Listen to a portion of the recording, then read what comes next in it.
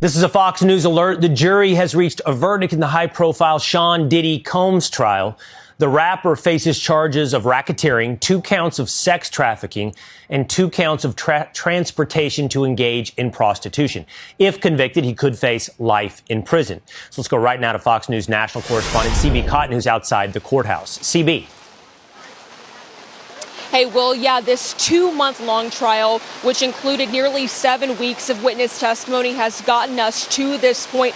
Just before 4:30 this afternoon, local time, jurors came back with a note. And we've just learned that jurors say they are unable to reach a verdict on count 1, racketeering conspiracy, but they have reached a consensus on counts 2, 3, 4, and 5. Right now, we've learned from inside the courtroom, the defense wants the jury to keep deliberating and does not want to take a partial verdict. We're waiting to see how prosecutors will respond to this major update from here in the ongoing federal sex trafficking trial. But right now, we've learned jurors are unable to reach a verdict on count 1, racketeering conspiracy. It is the most serious charge in this case. If jurors were to find Diddy guilty of that charge, it would be a sentence of life in prison. Counts 2, 3, 4, and 5 encompass the sex trafficking by force, fraud, or coercion, and transportation to engage in prostitution. Jurors so far have had lots of questions for the judge. A total of 6 notes, I believe, have been sent out from the courtroom. Jurors asking various things on the law, asking to review more pieces of testimony. Today, early this afternoon, jurors wanted to review the details shared by ex-girlfriend Cassie Ventura on the witness stand about Diddy assaulting her at that Los Angeles hotel back in 2016, which was captured in some really disturbing surveillance video. The judge allowed jurors to be sent back with portions of testimony where she talked about what happened before and after that incident. Jurors also wanted to review some testimony from male escort Daniel Phillip. You may remember he was one of the first witnesses for the prosecution, and he testified about witnessing at least 2 times that he says he saw Diddy assaulting Cass. He said either saw or heard it happen twice. He also testified that he was paid hundreds to thousands of dollars to have sex with Cassie while Diddy watched. Will, if I may, I want to go back to my email and just see if there are any more updates from the courtroom. I'm seeing another email right now. I want to read this to our viewers as we're on the air.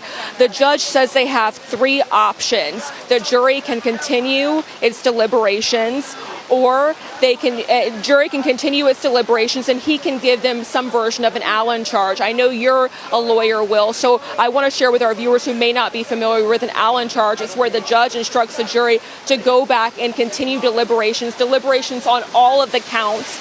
This is a 5-count federal indictment. The second option, the judge says the jury can give a partial verdict, which again, we've now learned that the jurors have reached a consensus on counts 2, 3, 4, and 5. And the third option, according to the judge, is apparently, let me read through this, third option not being considered at this time. The judge is only okay, so the third option is apparently not even on the table, according to this latest note from the courtroom. The judge right now is only weighing whether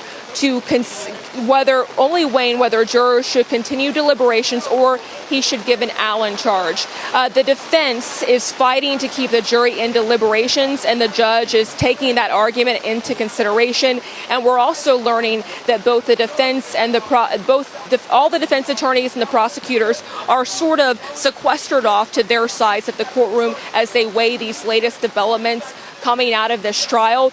But the biggest takeaway right now, Will, is I can tell you jurors were unable to reach that unanimous consensus on racketeering conspiracy, the most serious charge in this case.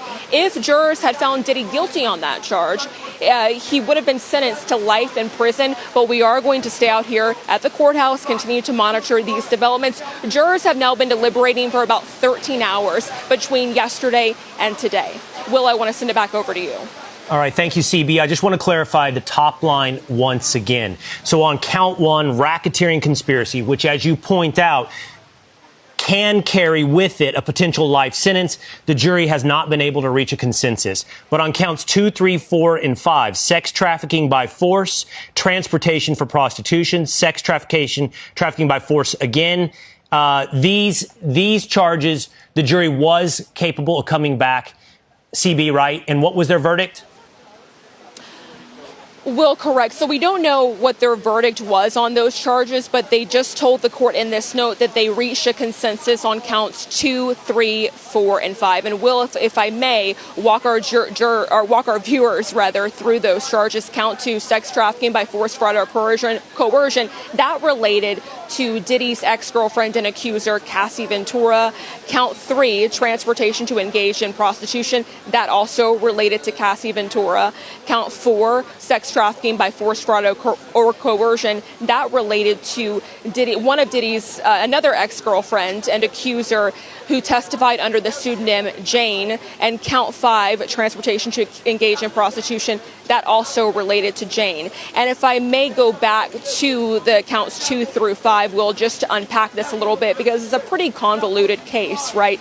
So prosecutors allege that Diddy recruited and enticed Cassie into drug-fueled sex parties with male escorts called freak-offs. And during their closing argument, they pointed out to jurors, they said Cassie never did a freak-off without drugs. They also said the freak-offs took place throughout the course of their entire 11-year relationship. When it comes to count 3, the transportation to engage in prostitution, prosecutors pointed out to jurors all of the hotel, bank, and flight records that they say show the times where Cassie and Diddy flew male escorts across state lines for freak-offs.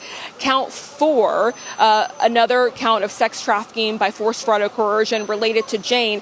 Prosecutors for this specific count, they point to 3 specific hotel nights between Diddy and Jane that they say were sex trafficking. One time, September 2023 in New York City, another time, October 2023, and a third time, June 2024. The last time, that June 2024 instance, prosecutors really shared a lot of details about that, and they elicited a lot of testimony from Jane about that time, because they say it was a freak-off where Jane and Diddy were involved in a domestic violence situation with each other. And at the end of it, Jane testified that Diddy gave her a drug to make her high and then forced her to have sex with a male escort. And then count 5, transportation to engage in prostitution as it relates to Jane.